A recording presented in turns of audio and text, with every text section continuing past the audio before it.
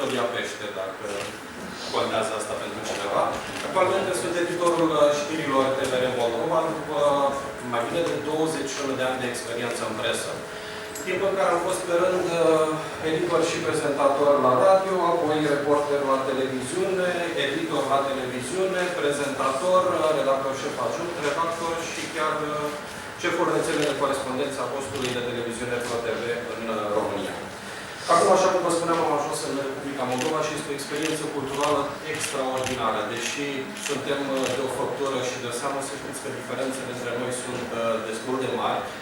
Și pentru mine este o bucurie ca în fiecare zi să descoper aceste diferențe, dar și aceste asemănări. Foarte multe lucruri care se constituie în niște puncte comune de o parte și de alta a brutului și pe care sper din tot sufletul că cele două popoare nu vor folosi spre viitor. Cei de la BookLand m-au chemat astăzi să vă vorbesc despre jurnalism, dar întâi dați-mi voie să vă vorbesc la modul general despre carieră, despre profesie și despre reușita în acestea. Nu știu dacă vă este cunoscut de expresia alege o meserie care îți place și nu vei mai fi nevoit să muncești o zi în viața ta. Este foarte important să alegeți ceva care vă reprezintă. Este foarte important să alegeți ceva care vă place și atunci fiecare zi pe care o veți petrece la serviciu va fi o bucurie pentru voi. Nu va fi o borboadă, așa cum se întâmplă, din păcate, în foarte multe domenii. Și vă rog să mă credeți că știu foarte mulți oameni care câștigă bine, dar nu sunt deloc fericiți făcând ceea ce fac. Nu sunt banii cei mai importanți în ceea ce privește alegerea unei cariere. Dar despre dezvoltarea personală sunt sigur că vă va spune mult mai mult de un alt speaker care este aici de față. Despre jurnalism. Este meseria în care mă regăsesc, este meseria pe care o fac, așa cum vă spuneam, de 20 de ani. Paradoxal, nu este meseria pe care mi-am dorit să o fac atunci când eram copil. Viața mea poate fi scenariul unei telenovele. De când îmi amintesc, am știut că voi fi pilot. Aviația a fost marea dragoste și este în continuare marea dragoste a vieții mele. Am început acest drum, am făcut un an în Școala Superioară de Aviație Civilă, numai că s-au întâmplat unele consecințe nefaste în existența mea și n-am putut să continui pe acest drum. Am fost nevoit să mă opresc, să mă întorc acasă și să-mi găsesc ceva de muncă. Absolut întâmplător, am auzit un anunț la un post de radio din Galati, Radio Alfa. Nu mai există de foarte multă vreme. Gabi, colegul și prietenul meu, sunt sigur că îl știe. Am luat acel concurs și din momentul meu, viața mea a luat-o cu totul altă turnură. Extraordinar de fericită. Pentru că radioul și televiziunea, în special presa în general, sunt niște domenii fabuloase. Și tare mi-aș dori ca unii dintre voi să-și dorească să facă presă, chiar să-și rugăți. E cineva care ar dori să devină ziarist? Asta doar pentru elevi, nu? Okay. Doar pentru elevi. Nu neapărat.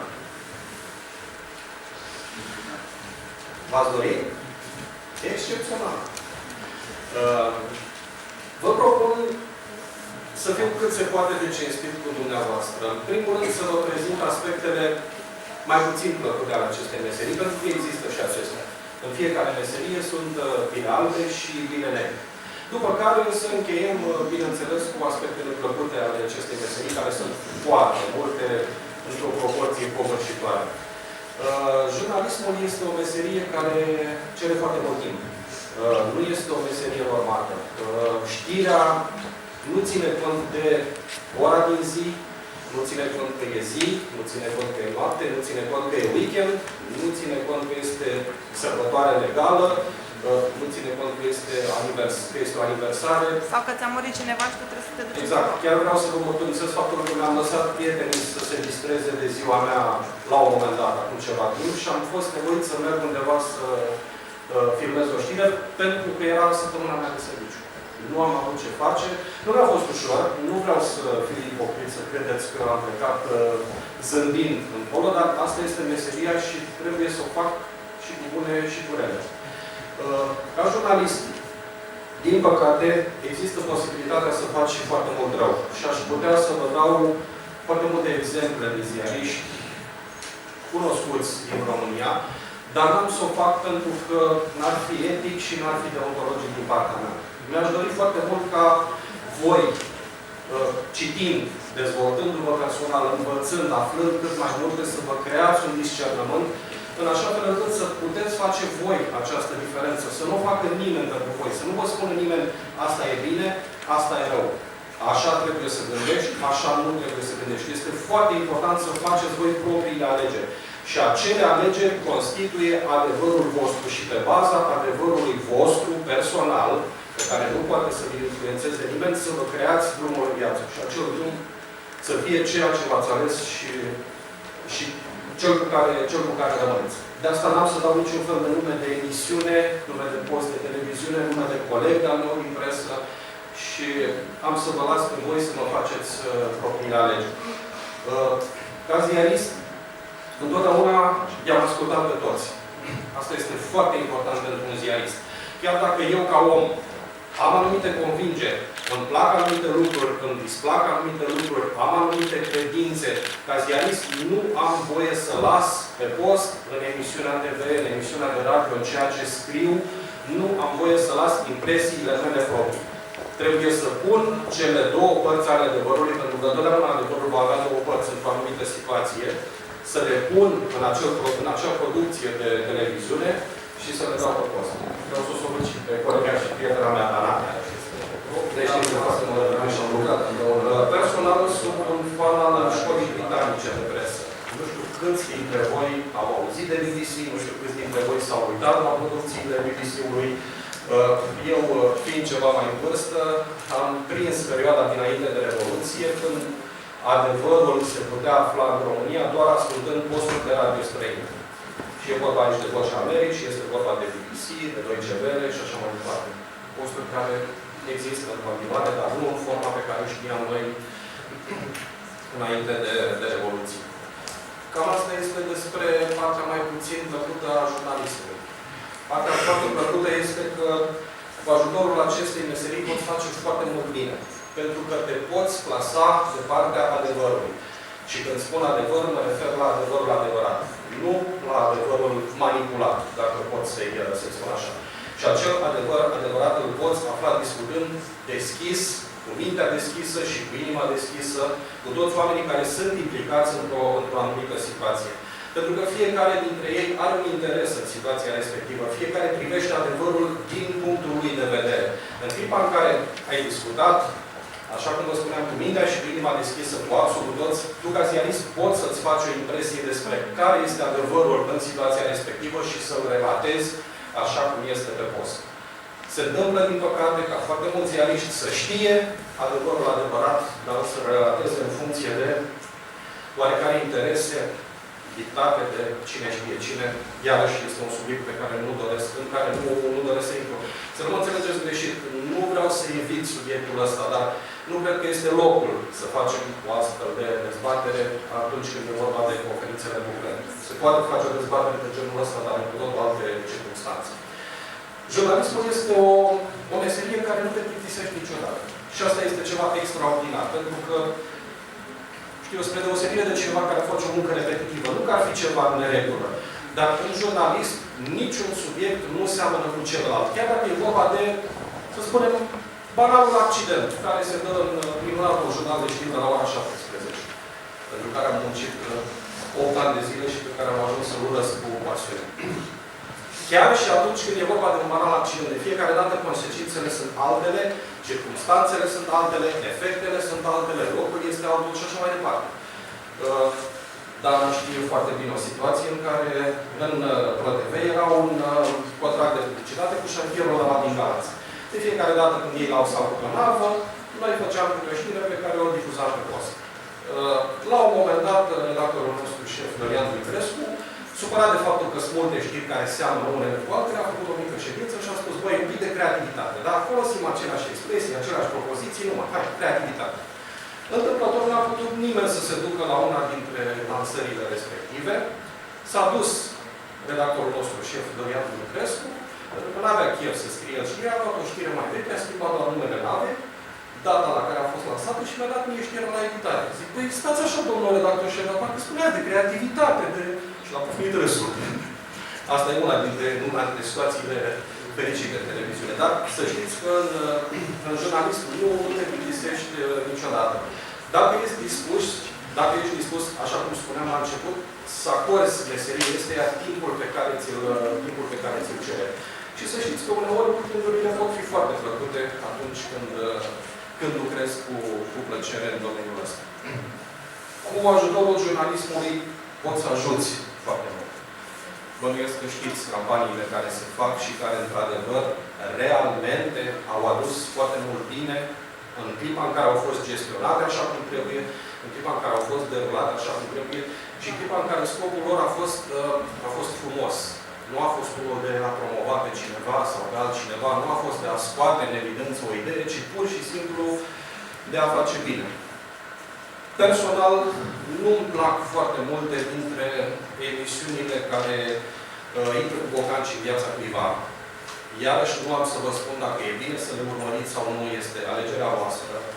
Personal, nu-mi plac emisiunile pe care le practică multe dintre televiziunile de știri, în care o singură parte a spectrului politic este ridicată în slăvi, iar cealaltă parte este totdeauna ținta tirurilor. Iarăși n-am să vă spun dacă e bine să urmăriți astfel de emisiuni sau nu, sau dacă urmăriți aceste emisiuni, pe care să le urmăriți și pe care nu. Din experiența proprie pot să vă spun că, strângând din dinți, eu le urmăresc pe toate, pentru că așa trebuie să facă un ziarist, și din ele reușesc să extrag acel adevăr adevărat de care vă spuneam ceva mai devreme. Face parte din meserie. Face parte din meserie să te uiți la absolut tot ceea ce se întâmplă în fenomenul media, să fii în permanență la curent cu tot ceea ce se spune, cu tot ceea ce se scrie, pentru că câteva zile, dacă ai pierdut legătura, deja ești cumva în urma evenimentelor și asta nu se poate. Chiar și acum, când sunt în Republica Moldova, vă rog să mă credeți că dimineața mă duc o jumătate de oră mai devreme la serviciu și citesc presa online din România, absolut tot, în așa fel încât să fiu la curent cu ce se întâmplă în țară și să știți că asta mă ajută și acolo, pentru că pot să fac foarte multe legături cu fenomenele care se întâmplă de o parte și de alta a drumului. Haideți să vedem dacă aveți și ceva întrebări. N-aș vrea să fie doar un monolog. De ascult.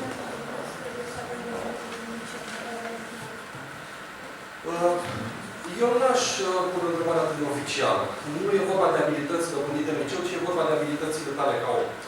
Un foarte bun jurnalist trebuie să fie extraordinar de curios. Fără curiozitate, nu ești un bun jurnalist. Orice poate să devină o știre. Mergi pe stradă și vezi ceva care te bucură. Poate deveni o știre. Mergi pe stradă și vezi ceva care te întristează. Poate deveni o știre. Mergi pe stradă și vezi ceva care te dezgustă. Poate deveni o știre. Vezi ceva care te entuziasmează. Poate deveni o știre. Deci curiozitatea este un domeniu, este sine qua non în ceea ce privește presa. O foarte bună cultură generală este obligatorie în jurnalism, pentru că, să vă dau iarăși un exemplu personal, mie, de exemplu, îmi place fotbalul. Dar am fost, de-a lungul carierei mele, obligat să port discuții cu fotbaliști, să am fotbaliști invitați în emisiune, antrenori și așa mai departe. Și a fost nevoie să mă documentez pentru ca să nu intre niște tâmpenii pe ele. Pentru ca să nu mă fac eu de râs, în primul rând, pentru ca emisiunea sau produsul pe care îl făceam în momentul ăla să iasă bine.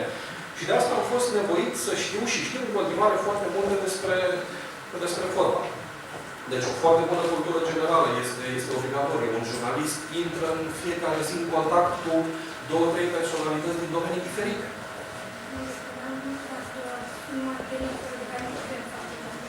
În primul rând, limba română. Probabil că n-ați auzit-o pe colega voastră, întreba dacă sunt materii obligatorii care trebuie studiate pentru jurnalist. Perfecta cunoașterea limbii române este obligatorie pentru această presă.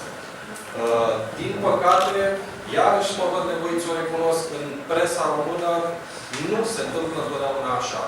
Dar asta nu înseamnă că trebuie să fie la fel și pe viitor. Deci o foarte bună cunoaștere a limbii române este obligatorie pentru meseria de jurnalist.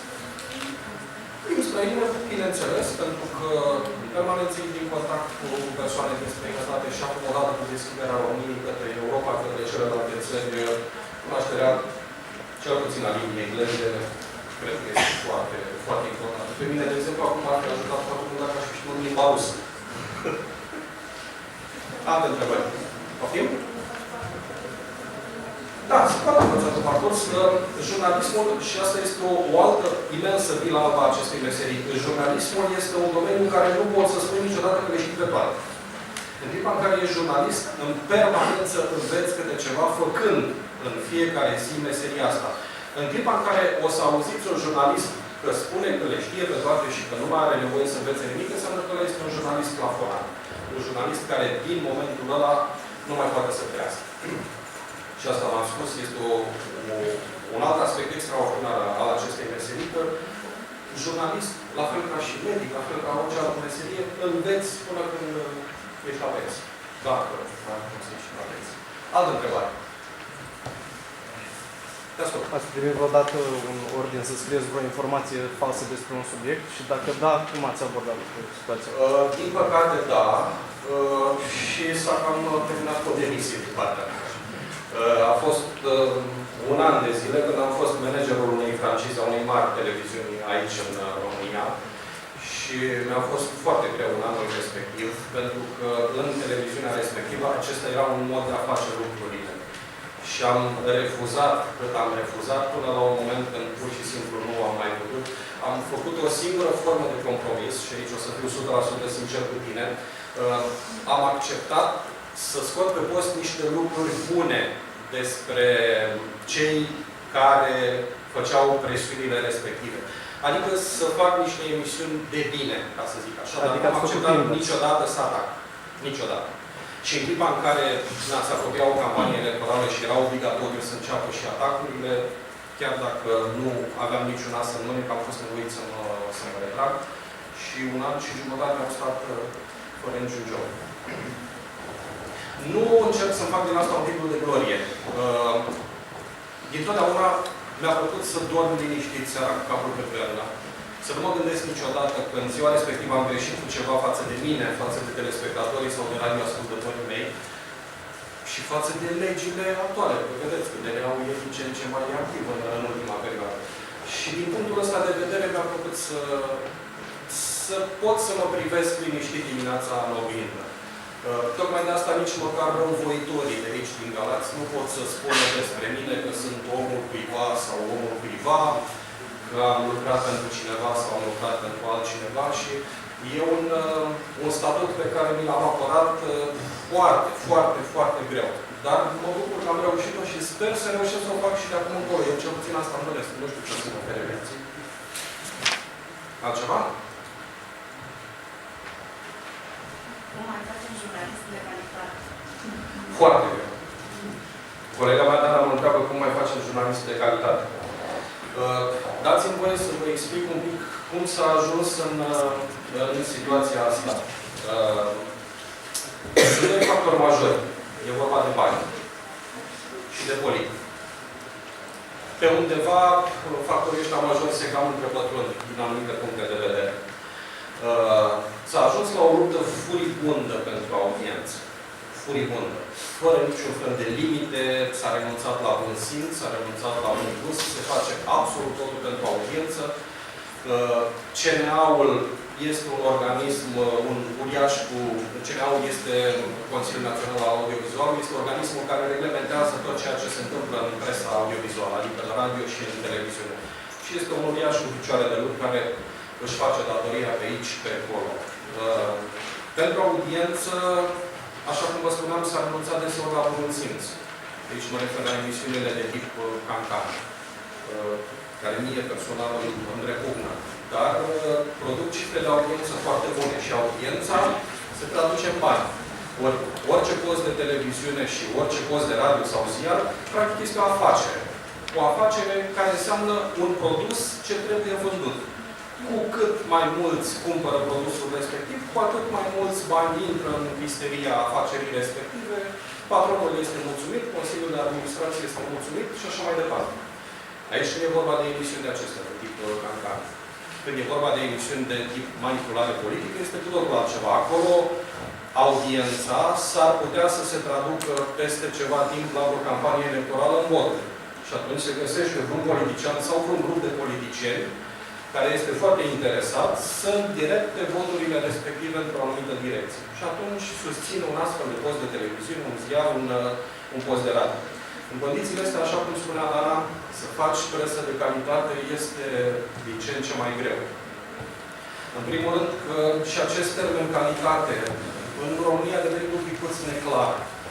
Deseori calitatea este confundată cu ratingul, așa cum vă spuneam, cu cifrele de audiență. Și sunt foarte multe televiziuni care se laudă cu emisiuni care mie îmi displac profund și spun că a fost lider de piață pe segmentul respectiv, într-o anumită zi, la o anumită oră. Din punctul lor de vedere, asta este calitate. Din punctul meu de vedere, asta nu este calitate. Poate din punctul de vedere al celor care se uită la emisiunile respective, asta este calitate. Din punctul de vedere al Danei, de exemplu, sunt sigur că asta nu este calitate. Cum terminăm subiectul ăsta? N-am cum să vă spun. Aici intervine dezvoltarea personală a fiecăruia dintre voi, despre care sunt sigur că o să vă vorbească colega noastră. Aici intervine, suntem într-o bibliotecă, aici intervine cititul. Aici intervine tot ceea ce vă poate face pe voi mai frumoși, mai deștepți și mai stabili în interiorul vostru. În așa fel încât pe viitor să faceți alegeri din ce în ce mai bune. Telecomanda este un instrument extraordinar și îmi doresc foarte mult ca alegerile voastre să împingă toate aceste emisiuni de proastă calitate și toate aceste emisiuni politice spre niște cifre de audiență atât de proaste încât să se renunțe la ele. Și atunci, Doamne ajută și eu și Dana să putem să facem emisiuni de calitate la televiziune.